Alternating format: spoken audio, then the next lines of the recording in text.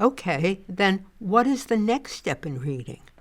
Once a child has learned about the segmental nature of spoken words and is becoming familiar with individual sounds, she is ready for letters. Learning about and using different sound and letter combinations to decode words is called phonics. In English, there are more sounds than letters, about 44 phonemes and 26 letters.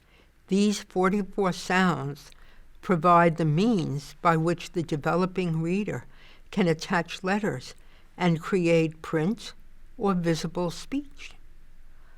Although awareness of sounds and letters is necessary, children also need practice in reading stories. They need to apply their newly acquired skills to sounding out and decoding familiar and less familiar words, to reading words in sentences and in books, and to focus on understanding the meaning of the word and the sentence. The old dictum about the importance of practice, and practice turns out to be correct. Once a child gains an awareness of how letters relate to sounds, he benefits greatly from putting into practice what he has just learned. Though the principles are the same, the process of mastering each of these steps is much more difficult for the dyslexic reader.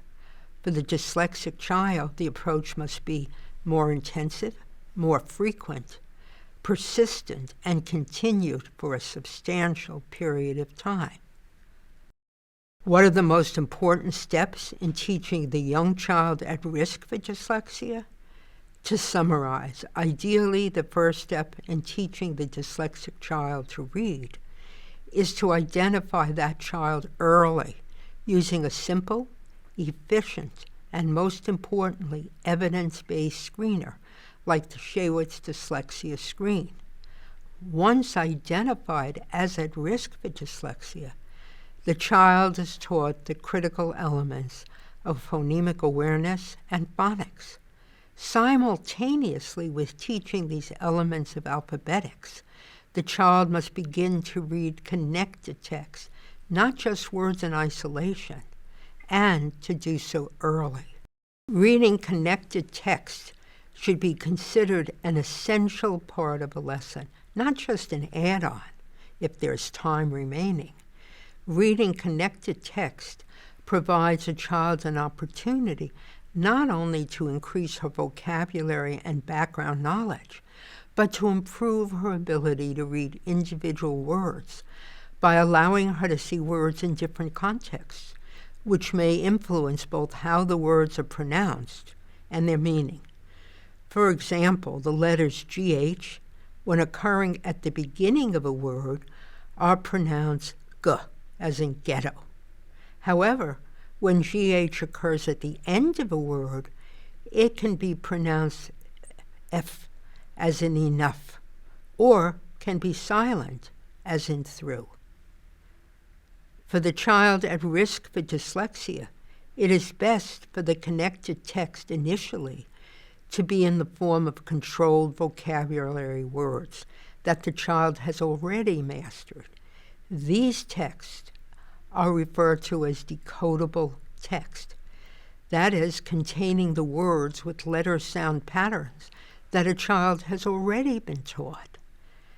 These books can help the child apply his newfound skills by actually reading words in a story. The Bar Book series and Geodes are good examples, as are other decodable texts, among them Spire, Decodable Readers, and Scholastic Decodable Readers. These reading series provide increasingly complex material in a very user-friendly format, incorporating both fiction and nonfiction. Why is it important to learn to read sight words? However, difficulty sometimes comes where you least expect it. I am thinking of words such as a, is, are, one, two, said, again, been, could, the, and once, which pop up frequently in books for young children, but don't seem to follow the rules. These words do not follow a pattern and cannot be sounded out. Consequently, they must be committed to memory and recognized on sight. Not surprisingly, they are often referred to as sight words. Because of the inconsistencies in their letter sound linkages, they are sometimes called irregular words. Since sight words are sure to be found in children's books, it is important that they become part of a child's reading vocabulary at a very early stage. Making flashcards, actual hard copies, or digital such as Quizlet, and you can find that on Quizlet.com, and reviewing them regularly helps in learning these common words. Having a child print his own card and say the word as he writes it often helps to reinforce its pronunciation. Since sight words are so common and so well represented among the most frequently used words in print, the best long-term approach to mastering them is to gradually help your child memorize these words, a few at a time.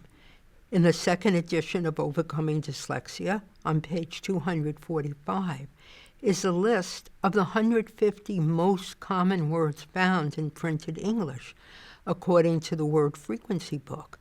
These words are listed in order of their frequency.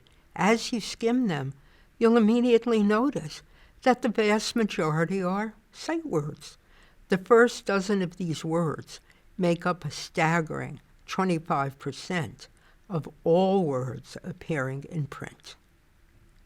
You've got to recognize that it is a different way of reading, a limitation on the conventional way that people read and input information. It is not a limitation on people's ability to think or reason or perform. And then what you have to do is you have to try to figure out ways to cope with that difference, to take advantage of that difference. And I think that those things don't happen on their own. The ability to learn to read, to improve your reading, because reading is an important skill, and although there are ways of working around it, as we've talked about, reading still is an important skill, and so you want to improve that. And there's no way to improve that without working at it.